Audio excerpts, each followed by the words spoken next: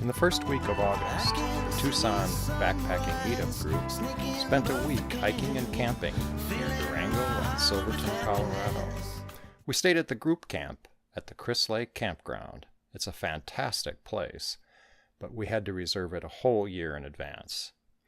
We knew the wildflowers were going to be good from day one.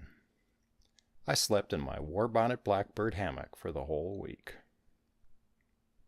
The first hike was at Cascade Creek. It's a beautiful hike that follows the creek itself. Lots of larkspurs along the way. And there's a really nice cascade that you come to before you hit the main falls. The main falls is spectacular, and you view it from up high on a cliff. You can hike down to the water's edge itself, but it's pretty precarious. There's some easy stream crossings along the way on this hike. Nothing to be worried about. Our next hike was Molas Lake down to the Animas River along the Colorado Trail.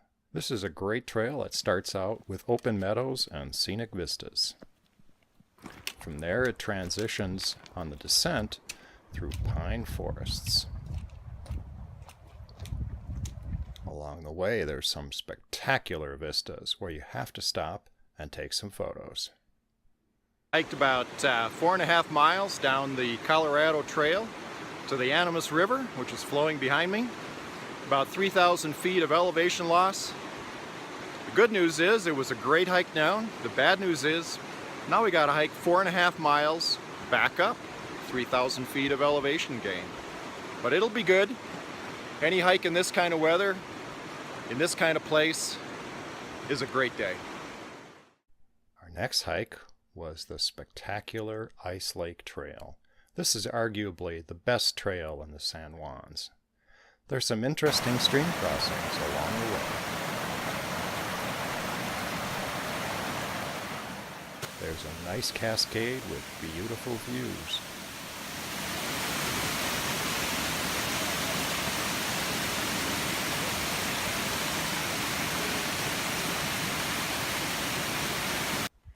Wildflowers are fantastic along this trail, including several different hues of Indian paintbrush. Some boulder hopping is required at one of the stream crossings. It's at the last meadow before Ice Lake itself. Ice Lake is a spectacular glacial lake. The turquoise deep blue color with the glaciers in the background are just a fantastic sight. The wildflowers on the descent were even more spectacular with the mountains in the background. It rained pretty much every afternoon from 2 to 5 p.m. or so. Our next hike was Columbine Lake, just north of Silverton. Unfortunately, our hike got called to an early end. Storm clouds began to gather, hail began to fall, and we decided it was time to turn around.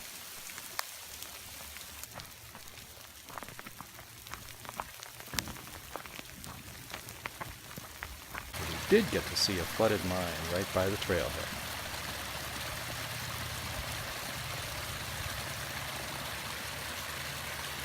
All was not lost on that day. We grilled out burgers and brats and veggies over an open fire, and even had some music to entertain us.